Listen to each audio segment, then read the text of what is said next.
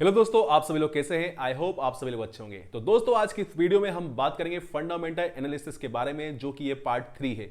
इसके पहले हमने पार्ट 1 पार्ट 2 दोनों डाल चुके हैं। अगर आप नए हैं तो भैया पार्ट 1 पार्ट 2 देखने के बाद पार्ट 3 पर आएँ और अपना एक नोट्स लिखकर मेंटेन करें, जिससे कि आप एक बढ़िया बार बार रिवाइज कर पाएं और हम कंपनी के फंडामेंटल जब एनालिसिस करेंगे तो हम उसको अप्लाई कर पाएं। क्योंकि हमारी ये सारी फंडामेंटल एनालिसिस वीडियो है वो 5-6 वीडियो में कंप्लीट हो जाएगी। कोशिश करूंगा कि 3-4 दिन में जल्दी कंप्लीट हो जाए। और दोस्तों, आपसे एक वो है कि आप भाई रिवाइज करते रहना, एक नोट मेंटेन कर लें, ठीक है? फिर हम आगे और अच्छे से समझने की कोशिश करेंगे। तो दोस्तों, बिना टाइम वेस्ट किए आज के इस वीडियो को हम स्टार्ट करते हैं। दोस्तों, पहली चीज की जो लोग नए हैं वो चैनल को सब्सक्राइब कर लें, और जिन्होंने भाई नहीं किया है वो भी कर लें, क्योंकि भाई जो इन्फॉर्मेटिव वीडियोस आने वाली है फंडामेंटल के ऊपर वो आप तक पहुंच जाएं। और अगर आपको ऐसे ही शेयर मार्केट की इन्फॉर्मेटिव वीडियो चाहिए तो आपके लिए चैनल सही है। ठीक है दोस्तों, तो चलिए बिना टाइम वेस्ट किए हम आगे चलते हैं। तो दोस्तों, हमने कंपनियों को उनकी अर्निंग्स और कैपिटलाइजेशन के आधार पर 3 भागों में बांटा है। पहला है लार्ज कैप, दूसरा है मिड कैप, तीसरा है स्मॉल कैप। अब ये क्या होती है? तो देखो मेरे प्यारे भाइयों, भारत के अंदर कंपनियों को कैपिटलाइजेशन के आधार पर बांटा है। अब सर, ये कैपिटलाइजेशन क्या होता है? मैंने कहा ठीक है, काम करते हैं। अगर आपके दिमाग में एक बात डाल दी जाए कि भैया कोई कंपनी है, उसका एक छोटा सा हिस्सा मार्केट में बिका था। कितना था? इतना सा हिस्सा था। अब भैया वो मार्केट में बिका था। अब आप पूछोगे सर वो कितना परसेंट था? तो भैया मैंने बोला 1% था। अब आप पूछोगे सर वो कितने में बिका था? तो मैंने बोला भाई वो 1 लाख में बिका था। अब आपने पूछा सर 1% 1 लाख में बिका था, आप कहना क्या चाह रहे हैं? मैंने कहा भाई जो आप समझ गए, मतलब मैंने कहा भाई कि 1% जो था वो 1 लाख रुपए में बिका था। इसका सीधा सा अर्थ मैं ये कहना चाहता हूं कि भाई जो वो पूरी कंपनी है ना, वो पूरे 100 लाख रुपए की है। कितने की है? 100 लाख रुपए की है। यही तो बात है। अच्छा सर, ऐसे वैल्यूएशन निकालते हैं क्या? मैंने कहा मेरे प्यारे भाई, अगर मैं आपको दुनिया की कोई भी चीज अगर आपको बेच रहा हूं तो यूनिट में बेचने का अर्थ ही यही होता है कि आप उसकी वैल्यू निकाल पाए। अगर मैंने आलू की बात की थी शुरुआत में मेरी फर्स्ट वीडियो में, तो उसमें मैंने बोला था 10 रुपए किलो आलू है या 100 रुपए किलो आलू है। तो आपने उस 100 रुपए किलो आलू से उस सब्जी वाले के पास जितना भी स्टॉक रखा था, आपने उसकी तुरंत वैल्यू निकाल ली थी। आपने जो उसकी वैल्यू निकाली वो उसका पूरा कैपिटलाइजेशन कर दिया आपने। तो भैया इसका सबसे आसान तरीका क्या है? तो भैया सबसे आसान तरीका यह है कि मार्केट में उस कंपनी का स्टॉक कितने रुपए का मिल रहा है। स्टॉक बोले तो उसका शेयर कितने रुपए का मिल रहा है, उसकी इक्विटी कितने रुपए की बिक रही है। ठीक है, अब ऐसे में पॉइंट निकल कर ये आता है कि भाई जो 1% है वो 1 लाख रुपए का है। मतलब 1% 1 लाख का है तो 100 लाख 1 करोड़ का हुआ। एग्जैक्टली अगर किसी कंपनी का स्टॉक लिस्टेड है तो हमने उस लिस्टेड का वैल्यू निकाल लिया। अब आपके दिमाग में फिर से स्टॉक बनने लगेगा, सर यही तो गड़बड़ है कि सर ये जो 1% वो 1 लाख का है भी या नहीं। सर यही तो मुसीबत आ रही है। मैंने कहा मेरे भाई, तुम्हें मुसीबत आ रही ना, मुझे उससे कोई लेना देना नहीं है, क्योंकि भाई मुझे सिर्फ कंपनी का पता लगाना है कि कंपनी आखिर है कितने की। और मेरे भाई सुनो मेरी बात, सिर्फ इसका एक ही मात्र टूल यही है। क्या है इसका? सिर्फ एक मात्र टूल यही है। अगर दही खट्टा या मीठा है, इसके लिए आपको पूरा दही पीने की जरूरत नहीं है। सिर्फ आप एक बूंद चक्कर भी ना दही का पता लगा सकते हैं कि खट्टा या मीठा है। क्या आप मेरी बात को समझ पा रहे हैं? सर ये 1% 1 लाख रुपए का है भी या नहीं? तो मैंने कहा मेरे भाई ये आपका टर्म वैल्यू है, आप वैल्यू पर बहस मत कीजिए। आपका टाइटल है मार्केट कैपिटलाइजेशन का पता लगाना। अब मैं पता लगाने में स्टॉक की प्राइस पता लगाऊंगा और उससे फिर कंप्लीट स्टॉक की रेट निकाल लूंगा। सर इस आधार पर आप कहना क्या चाहते हैं? भैया अगर कोई कंपनी 20,000 करोड़ से ऊपर अपनी स्टॉक की प्राइस रखती है, अब आपके दिमाग में सवाल आया, सर इसका मतलब उस कंपनी के पास 20,000 करोड़ रुपए हैं। मैंने बोला भाई उसके पास तो अंडा है, 0 रुपए हैं। क्या है? उसके पास 0 रुपए हैं। अब आपने बोला सर ऐसे कैसे हो सकता है कि उसके पास 0 रुपए हो? अरे मैंने कहा भाई उससे पहले ये भी तो पूछो कि ये 20,000 करोड़ की वैल्यू हम तुम्हारी लगा रहे हैं। दोस्तों, अगर एक शेयर की कीमत हमने X माना तो बाकी के शेयर भैया तुम्हारे पास है या किसी और के पास है? मतलब सर आप कहना क्या चाहते हैं? मैंने बोला भाई ध्यान से सुनिएगा, अब मैं क्या बोल रहा हूं। एक कंपनी है जिसका मार्केट कैप 20,000 करोड़ है। ये तो सर बहुत अच्छी बात है, 20,000 करोड़ तो बहुत बड़ा नंबर हो गया। अच्छा सर 20,000 करोड़ क्यों है? क्योंकि भाई इस कंपनी ने अपने 20,000 शेयर निकाले थे। बोले अच्छा, और प्रति शेयर की वैल्यू 1 करोड़ रुपए थी, इसलिए इस कीमत को जो 20,000 करोड़ में मैं हाइपोथेटिकल बात कर रहा हूं। फिर मैंने हाइपोथेटिकल बात में पूछा कि भैया जो कंपनी है 20,000 करोड़ की, ये किसकी है? फिर मैंने ये बोला कि भाई ये जो कंपनी है 20,000 करोड़ रुपए की, ये कंपनी मेरी है। अच्छा सर आपके पास इतना पैसा है? पर मेरे भाई मेरी जेब में तो फूटी कोड़ी भी नहीं है। अब आपने पूछा सर ऐसा कैसे हो सकता है? मैंने कहा भाई चक्कर ये है कि मैं इस कंपनी का प्रमोटर था और मैंने ही ये कंपनी शुरू की थी। अब मैंने ही ये कंपनी शुरू की थी क्योंकि ये मेरे आइडिया से शुरू हुई थी, मतलब ये पूरा आइडिया मेरा था। लेकिन मेरे भाई मैंने अपने सारे शेयर बेच दिए और यहां तक पहुंचते पहुंचते सारे शेयर बेच दिए। अब मेरे पास सिर्फ 100 शेयर बचे हैं। कंपनी ने कितने रिलीज किए थे? 20,000। अब 20,000 में से मेरे पास सिर्फ 100 बचे हैं। मैं तो सिर्फ 100 करोड़ का आदमी हूं। बाकी जो 20,000 थे उनमें से जो बचा हुआ वैल्यू है वो पूरा मार्केट में है। हो सकता है कि मेरे किसी दोस्त ने खरीद के रखे हो, या हो सकता है किसी मेरे देश के निवासी ने खरीद के रखे हो, या हो सकता है किसी विदेशी ने खरीद के रखे हो। तो मार्केट कैपिटलाइजेशन से आप कंपनी बड़ी है या छोटी ये अंदाजा तो लगा सकते हैं, पर वो कंपनी अपने प्रमोटर के कंट्रोल में है कि नहीं, इसके लिए थोड़ा अंदर घुसना पड़ेगा। इसका मतलब क्या हुआ? इसका मतलब ये हुआ कि आपने मार्केट के पता लगा भी लिए तो अंदर जाइए और अंदर जाके देखिए कि भाई कितना परसेंट शेयर प्रमोटर के पास है। अब मैं एक सिंपल सा सवाल रखता हूं यहां पर, उसका जवाब नीचे कमेंट पर देना, फिर आगे बढ़ते हैं। सवाल बेसिक है और यह है कि एक कंपनी है जिसके प्रमोटर के पास 50% से भी ज्यादा शेयर है। दोस्तों सिंपल सा सवाल है ना, 50% से ज्यादा शेयर है और वो व्यक्ति मार्केट कैप रखता है 20,000 करोड़ की, और एक व्यक्ति है जिसके प्रमोटर के पास मात्र 100 शेयर है, मतलब परसेंट में भी नहीं है। ये व्यक्ति दोनों ही प्रमोटर्स तो कहलाएंगे। मतलब जो व्यक्ति शुरुआत में थे जिन्होंने कंपनी शुरू की थी, एक वो व्यक्ति जिसके पास 50% शेयर है और एक दूसरा व्यक्ति जिसके पास 0.2% शेयर है। अब इन केसेस में मैं आपसे पूछता हूं कि बताओ इनमें से ज्यादा अच्छी कंपनी कौन सी है जिसका फ्यूचर ब्राइट है? अब बताओ कि 50% शेयर जिसके अपने मालिक के पास है या 0.2% शेयर जिसके अपने प्रमोटर्स के पास है। एग्जैक्टली 50% शेयर जिसके अपने प्रमोटर्स के पास है उस कंपनी को ज्यादा अच्छा माना। बिल्कुल सही जवाब और बिल्कुल सही सवाल। अब यहां पर ध्यान देने वाली बात यह है कि आपने 50% क्यों बोला? क्योंकि आपको पता है जिसके पास स्टॉक होल्डिंग ज्यादा है वो अपनी कंपनी को आगे बढ़ाने के लिए, उसकी वैल्यू बढ़ाने के लिए ज्यादा मेहनत करेगा।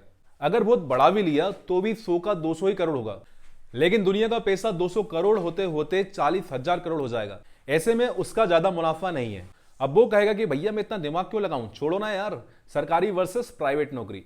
अब एक बात ध्यान से सुनो, जिसका भैया स्टेक पर ज्यादा लगा है वही व्यक्ति ज्यादा मेहनत करेगा। क्या? जिसका स्टेक पर लगा है ज्यादा वही व्यक्ति ज्यादा मेहनत करेगा। तो वो कंपनियां जिसमें प्रमोटर्स अपने पास ज्यादा शेयर रखते हैं, तुलनात्मक रूप से वो ज्यादा स्ट्रॉन्ग कंपनियां कहलाती हैं। अगर आपको बात समझ में आ गई तो भैया चैनल को लाइक कीजिए और सब्सक्राइब कीजिए। वो कंपनियां जिसमें प्रमोटर्स अपने पास ज्यादा शेयर रखते हैं वो ज्यादा अच्छी कंपनी कहलाती है। ठीक है, आया आपको समझ में मैं क्या कहना चाह रहा हूं? चलिए फिर से यहां से एक और सवाल क्रिएट होता है, लेकिन सर हमें एक बात बताइए। मैंने बोला भाई पूछो सर, एक बात बताइए कि ये जो प्रमोटर्स हैं इनके पास इतने सारे शेयर्स हैं, तो भाई ये कीमत को मैनिपुलेट भी तो कर सकता है। अब मेरे भाई मैं तुम्हें एक और कंडीशन की तरफ लेकर चलता हूं, अब ध्यान से सुनिएगा, बड़ा तगड़ा सवाल है। अब मेरे दोस्त खेला समझ लेना, अगर समझ गए तो मजा आ जाएगा। दोस्तों इन्होंने 1% शेयर निकाले और ये 99% शेयर थे। कितने शेयर? 20,000 शेयर। अब 20,000 शेयर में से उसने 200 शेयर बाजार में निकाले। कितने निकाले बाजार में? 200 शेयर। अब इस कंपनी ने अपने पास कितने रख लिए भाई? 19,800 शेयर खुद ने अपने पास रख लिए। 200 शेयर बाजार में निकाले थे और 20,000 करोड़ शेयर थे, जिसमें कि 19,800 शेयर खुद ने अपने पास रख लिए। अब इन्होंने क्या किया भाई? एक शेयर की कीमत रख दी 1 करोड़ रुपए। दोस्तों मुझे एक बात बताओ, मैं 200 शेयर को यानी 1% शेयर को मार्केट में रिलीज करवा कर क्या मैं अपनी कंपनी की मार्केट कैप को नहीं बढ़वा सकता क्या? सवाल भारी है, अगर समझ में आ जाए तो थम्स अप जरूर करना, नहीं समझ में आए तो फिर मैं आपको और डिटेल में लेके चलूंगा। खेला समझ में आया आपको? क्या कहा मैंने? अब खेला अच्छे से और समझना। मैंने 99% शेयर्स प्रमोटर के पास रखे और जो भैया प्रमोटर से उसने 99% खुद रख करके 1% शेयर बाजार में निकाला। मान लीजिए कि 1% शेयर की संख्या है 100 शेयर और 100 शेयर रखे हैं और 100 शेयर को मैंने मार्केट में उतारा और मार्केट में उतार करके इतना ज्यादा माहौल मैंने क्रिएट कर दिया और अपने ही लोगों से कहकर कि भाई सुनो, मुझे सेवी ने कहा था कि मैं अपना शेयर 100 रुपए में निकाल सकता हूं, तो मेरे भाई तुम एक काम करो, क्या करना है, तुम पहले ही दिन से इतना मचल जाओ कि तुम में से एक व्यक्ति आकर मार्केट में मेरे एक शेयर की कीमत 99 लाख रुपए लगा दे। कितना लगा दे? मेरे एक शेयर की कीमत 99 लाख रुपए लगा दे। अब मैंने क्या किया कि भाई 100 शेयर्स खरीदने के लिए अपना ही एक आदमी लगा दिया और मैंने कहा तुम लोड मत लो, तुम बस मेरे एक शेयर्स मतलब प्रति शेयर्स 1 करोड़ के खरीदने आ जाओ। और मैंने अपने लिए बढ़िया से 100 ग्राहक ढूंढ लिए और कंपनी को 100 करोड़ की वैल्यू तक पहुंचा दिया। अब दोस्तों सेवी देखती ही रह गई कि भाई ये क्या हो रहा है, भाई ये क्या हो रहा है, लोग इतना प्राइस पे करना क्यों चाह रहे हैं। और अगर ऐसा करना चाह रहे हैं तो रखे रखे 99x शेयर्स की वैल्यू सोचिए। भाई साहब रातों ही रात अपनी कंपनी को मैंने इतनी बड़ी कंपनी बना लिया। क्या दोस्तों ये किया जा सकता है? अब सुनना, हिंडनबर्ग ने अडानी पर यही आरोप लगाया था। क्या आरोप लगाया था? हिंडनबर्ग का आरोप था कि अडानी ने अपनी ही कंपनी के शेयर्स अपने जानने वालों से एफआईआई के माध्यम से खरीदवाए थे और उनके खरीदने से शेयर्स की प्राइस बढ़ने लगी। सोचो साथियों, ये कितना बड़ा खेल है। और प्रमोटर ने अपने पास मेजर स्टॉक्स रख लिए। अभी तो मैंने 99% हाइपोथेटिकल सिचुएशंस ली थी। प्रमोटर्स ने 50% शेयर भी अपने पास रख करके बाकी के शेयर स्टेक में उतार दिए। और मैंने कहा 90% रख लिया और 10% उतार दिया। और उतार करके अपने वालों से कहा, देखो चलो मान लो कि अडानी ने अपने शेयर्स कल को रिलीज किए और अडानी ने अपने सर्कल में जितने लोग थे उनसे कहा कि हम लोग मिलके एक कॉन्ग्लोमरेट बनाते हैं। अपन लोगों का कोई ब्लड रिलेशन तो है नहीं। अडानी ने एक दिन डिनर पर सबको टेबल पर बिठाया, जिसमें अंबानी, टाटा, बिरला, बड़े बड़े दिग्गज लोग थे। अब टेबल पर इन लोगों की बात होती है कि भाई चलो यार अपन एक काम करते हैं, इस देश को बेवकूफ़ बनाते हैं। अब ये लोग बोलते हैं भाई कैसे बनाएंगे बेवकूफ़? तो उसने बोला चलो अपन ऐसे बेवकूफ़ बनाते हैं कि मैंने कहा भाई मैं स्टॉक रिलीज कर रहा हूँ। तो इन सब ने बोला भाई करो, ठीक है करो, आप करो। मैंने बोला आप लोग बस एक काम करना, मेरे सारे स्टॉक्स खरीद लेना और अथाह दाम पे खरीदना। कितना? अथाह दाम पे खरीदना। और जितना पैसा लगा सकते हो उतना पैसा लगा दो। और सुनो, जितना भी पैसा होगा बाद में मैं ही दूंगा तुमको, चिंता मत करो। अभी तो ये समझो कि आप उधार दे रहे हो। बस आप मेरे सारे स्टॉक्स को आउट ऑफ स्टॉक्स कर दो। क्या कर दो? आउट ऑफ स्टॉक्स कर दो। फिर आईपीओ के बाद अपन एफपीओ निकाल देंगे। बोले तुम लोग मेरा सारा स्टॉक खरीद लेना और जब खरीद लोगे तब ऑटोमेटिक मार्केट में हाई पीरियड हो जाएगा। तो दोस्तों, ये हिंडनबर्ग ने आरोप लगाया था कि भैया इन्होंने ऐसा किया है, और जो बात 5 मिनट के अंदर हमें समझ में आ गई। फिर ये सेबी क्या करती है? मैंने बोला सेबी इन सब पर नजर रखती है, पर बेचारी वो भी कितना नजर रखे? बोले मतलब? मैंने कहा भाई अगर वो 1% स्टॉक वाली बात थी, सेबी ने कह के रखा है भैया कम से कम प्रमोटर को अपने 10% स्टॉक्स तो एटलीस्ट आईपीओ के अंदर तो निकालने ही पड़ेंगे। मतलब कि प्रमोटर को 10%। इसलिए सेबी सबकी प्रोफाइल को विजिट करती है और पता लगाती कि भाई बेटा तुम हो क्या, तुम्हारा असल में मार्केट वैल्यू कितना है, मार्केट में तुम्हारी बैलेंस शीट कैसी है, तुम हो कौन और तुम आ रहे हो यहां तो चाहते क्या हो। इन सबको एनालिसिस करके उन्हें कहती है कि भैया तुम्हें इतने % तो बाजार में निकालना ही पड़ेगा। जब खरीदार मार्केट में आते हैं तो हम खरीदारों पर ध्यान रखा जाता है कि ये खरीदने वाले इंस्टीट्यूशनल इन्वेस्टर्स कुल कितने हैं, डोमेस्टिक इंस्टीट्यूशनल कितने हैं, फॉरेन इंस्टीट्यूशनल कितने हैं, पब्लिक इन्वेस्टर से ये कितने हैं। इन्हीं सब के चलते सेबी डिसाइड करती है कि अगर कोई स्टॉक्स पब्लिक होने जा रहा है तो पहले ही वो सबको बताकर चले कि हाँ भाई आपको इतने % अपना रिटेल में बेचना होगा और इतना % आपको डाइल्यूट करना होगा। जब डाइल्यूशन होगा तो उसमें से उतना % शेयर आपको इन पर्टिकुलर इंस्टीट्यूशनल को बेचने होंगे और इतने % शेयर आपको रिटेल इन्वेस्टर्स को बेचने होंगे। क्या आपको मेरी बात समझ में आ रही है? मतलब जिस जिस जगह पर फ्रॉड हो सकता है, कंपनियां खेला कर सकती हैं, वहां से भी दिमाग लगाती है। लेकिन फिर भी है तो सरकारी ना, गलती करके सीखी है। लेकिन जिनको रूल बाईपास करना आते हैं वो खेल मचाते हैं। अगर आपने ये सब पढ़ लिया मेरा सेशन, तो स्कैम करके वेब सीरीज को दोबारा देखिएगा। वहां से समझ में आएगा कि भैया कैसे सेल्स को बढ़ाया जाता है और कैसे वॉल्यूम को चढ़ाया जाता है। ये पूरा खेल है। अब आप समझ पाएंगे कि लोग क्या खेल खेलते थे। अब आप ये पढ़ पाएंगे या समझ पाएंगे। अब आपने सवाल किया कि भाई अगर सेबी वाले इस स्कैम में शामिल हो तो, इसलिए हिंडनबर्ग ने 2024 में आरोप लगाया था कि ये जो रूब हो रहा है। उसके बाद अगस्त 2024 में सेबी के ऊपर आरोप लगा कि ये जो माधुरी बुचे उनका सारा पैसा अडानी पर लगा हुआ है, उनका पैसा अडानी में लगा हुआ है, इसलिए वो कुछ नहीं कर पा रही है। क्या आपको याद आया? तो कहने का मतलब क्या है? सच कौन है इसका तो पता नहीं, पर टेस्टिंग कौन करेगा? ये जो पैसे का मामला है ये ना बहुत बड़ा मामला है। एक तरफ खबरों का निकलना, रिपोर्ट बनाना, फिर रिपोर्ट को मिटाना, ये सब बहुत बड़ा काम है। और फिलहाल के लिए मैं आपको बता रहा हूं जिससे मार्केट कैप का आपको अंदाजा लगेगा। मार्केट कैप के आधार पर हमने 3 भागों में बांटा है। पहला पॉइंट, जिनका मार्केट 20,000 करोड़ का है वो लार्ज कंपनी कहलाती है। आपने बोला सर ये इतना आसान भी नहीं है जो आप कह रहे हैं। बोले सर आपने तो डरा ही दिया कि हमको पता चल रहा है कि भैया सब जगह फर्जीवाड़ा ही चल रहा है। लेकिन हमको घबराना नहीं है, कंपनियां इतनी फ्रॉड भी नहीं है। देखिए कुछ फ्रॉड होती भी हैं तो उनके लिए बहुत सारे चेक एंड बैलेंसेस भी हैं, कहीं ना कहीं सारी चीजें क्लियर हो जाती है।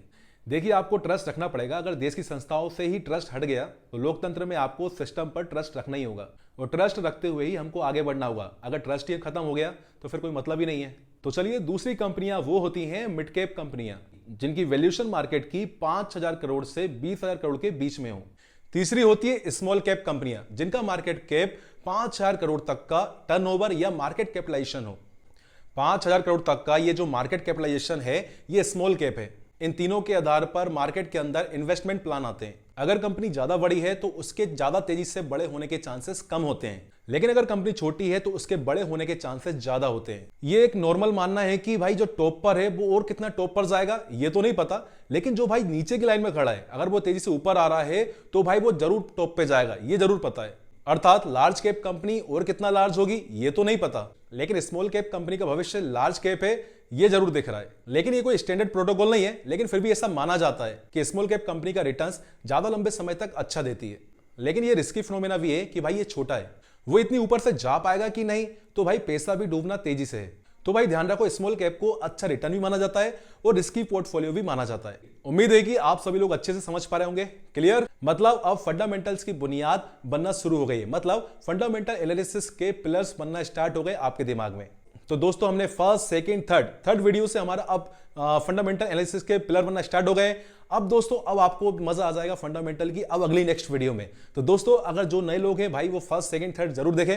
और आपको आज की वीडियो मेरी कैसे लगी, आज का कंटेंट कैसा लगा, तो मुझे नीचे कमेंट बॉक्स पे जरूर बताना। तो मेरे भाई लोगों, आपके लिए मैं बिल्कुल बेसिक से फंडामेंटल वीडियो बना रहा हूं, ना कि एक वीडियो में सब कुछ कवर कर दूं। धीरे धीरे धीरे मैं आपके पिलर बनाते हुए, बुनियाद बनाते हुए शुरुआत से आपको 3-4 वीडियो और बना के फंडामेंटल एनालिसिस ऐसा कर दूंगा भाई, बिल्कुल मजा आ जाएगा। ठीक है? तो भाई वीडियो आपको कैसी लगी, सबसे पहले आपको वीडियो कैसी लगी नीचे कमेंट बॉक्स पे जरूर बताना मेरे भाई, क्योंकि आपका भाई बहुत मेहनत कर रहा है। दूसरी चीज क्या है, अगर कोई भी दिक्कत हो तो भाई नीचे कमेंट बॉक्स पे जरूर बताएं। और अगर वीडियो अच्छी लगी तो लाइक करें, शेयर करें और अपने दोस्तों के साथ ऐसे इन्फॉर्मेटिव वीडियो तो जरूर शेयर करना है, जिससे कि भाई एक आपका साथी जरूर आपके, मतलब आप दोनों बिल्कुल जिससे डिस्कस कर पाए एक दूसरे के साथ टॉपिक को। ठीक है मेरे भाई? फिर मिलेंगे हम नेक्स्ट वीडियो में आप फंडामेंटल एनालिसिस के अगले 4th पार्ट में। ठीक है दोस्त, तब तक के लिए बाय बाय, धन्यवाद, शुक्रिया।